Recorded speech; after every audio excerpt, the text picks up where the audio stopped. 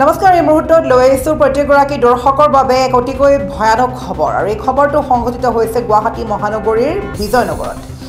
প্ৰথমে পত্নীক কৰিলে ধৰ্মান্তকৰণ, তাৰ পাছতেই কৰিলে তালিবানী শাস্তি। পত্নীগৰাকী আছিলে হিন্দু আৰু স্বামী আছিলে মুছলমান।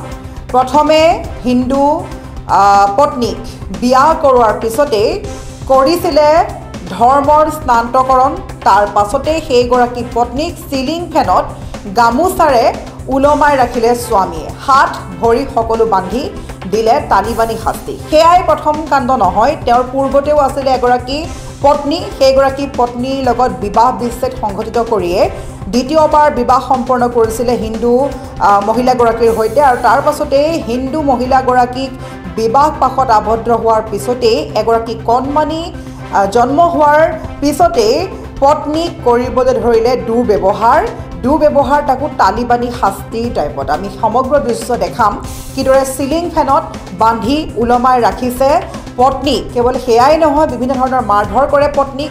ইতিমধ্যে পত্নীৰ পৰিয়ালৰ লোকে অভিযোগ দাখিল কৰিছে আৰু তাৰ পাছতেই এই বিশেষ সমগ্ৰ ঘটনাৰ আঁৰত আছে স্বামীৰ আন এক পৰকীয়া প্ৰেম।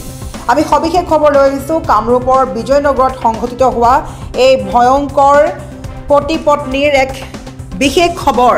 এই মুহূৰ্তত প্ৰত্যেকগৰাকী দৰ্শকক জনাই আছোঁ অতিকৈ ভয়ংকৰ খবৰ সংঘটিত হৈছে এইখন অসমত। এইবাৰ কামৰূপৰ বিজয়নগৰত সংঘটিত হৈছে ভয়ংকৰ লাভ জেহাদৰ ঘটনা। প্ৰথমে পত্নীক কৰিলে ধৰ্মান্তকৰণ, যিহেতু পত্নী আছিলে হিন্দু আৰু স্বামী আছিলে মুছলমান। সেইখিনিলৈকে ঠিকেই আছিলে, পত্নীক বিয়া পাতি তেওঁ ধৰ্মান্তকৰণ কৰিলে, তাৰলৈকেও ঠিকেই আছিলে কিয়নো তেওঁলোকৰ পৰিয়ালৰ সন্মতি আছিলে। কিন্তু তাৰ পাছত যি কাণ্ড পোহৰলৈ আহিছে সেয়া অতিকৈ ভয়ানক। যিহেতু তেওঁলোকৰ ব্যক্তিগত কথা আছিলে, কিন্তু এতিয়া যি কাণ্ড সংঘটিত কৰিলে সেই কাণ্ড এতিয়া অতিকৈ ভয়ংকৰ হৈ পৰিছে, কিয়নো সেইগৰাকী পত্নীক দিলে তালিবানী শাস্তি। হাত ভৰি বান্ধি আমি সমগ্ৰ দৃশ্য দেখাব চেষ্টা কৰিছোঁ তালিবানী শাস্তি কিদৰে কৰিছে শফিকুৰ ৰেহমান নামৰ স্বামীয়ে। হাত ভৰি বান্ধি পত্নীক নিৰ্যাতন চলাইছে শফিকুৰে।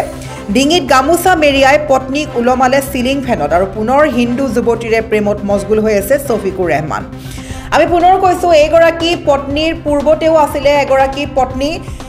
সেইগৰাকী পত্নীৰ লগত বিবাহ বিচ্ছেদ কৰোৱাৰ পিছতে এইগৰাকীক বিবাহ পাতিছিলে শফিকুৰ ৰেহমান নামৰ ধুৰন্ধৰটোৱে আৰু তাৰ পাছতেই বিবাহৰ এবছৰৰ পিছতেই এগৰাকী কণমানি সন্তান জন্ম হৈছিলে, এগৰাকী ছোৱালী সন্তান কন্যা সন্তান জন্ম হৈছিলে আৰু কন্যা সন্তান জন্ম হোৱাৰ পিছতেই আৰম্ভ হৈ গ'ল পত্নীৰ ওপৰত অত্যাচাৰ।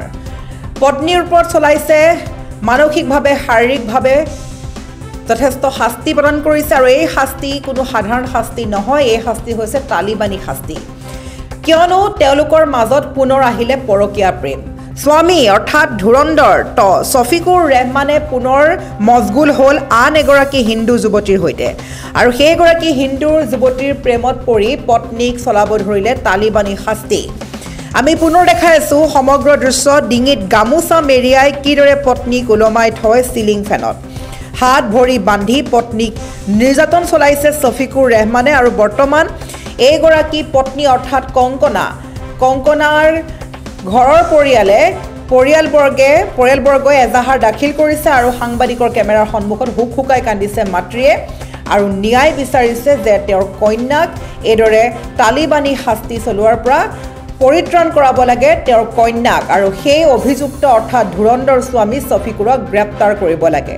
আমি পুনৰ দেখাব চেষ্টা কৰিছোঁ সমগ্ৰ দৃশ্য কিদৰে ভয়ানকভাৱে এইদৰে পত্নীক চলাইছে তালিবানী শাস্তি আৰু এইগৰাকী ধুৰন্ধৰ অৰ্থাৎ নৰপিশাচৰ শাস্তি কি হ'ব তাক লৈ এতিয়া সকলোৱে আশাৰে বাট চাই আছে। তদন্ত কৰিব লাগে, আৰক্ষীয়ে ইয়াৰ বিচাৰ কৰিব লাগে, ন্যায় পাব লাগে এইগৰাকী পত্নীয়ে।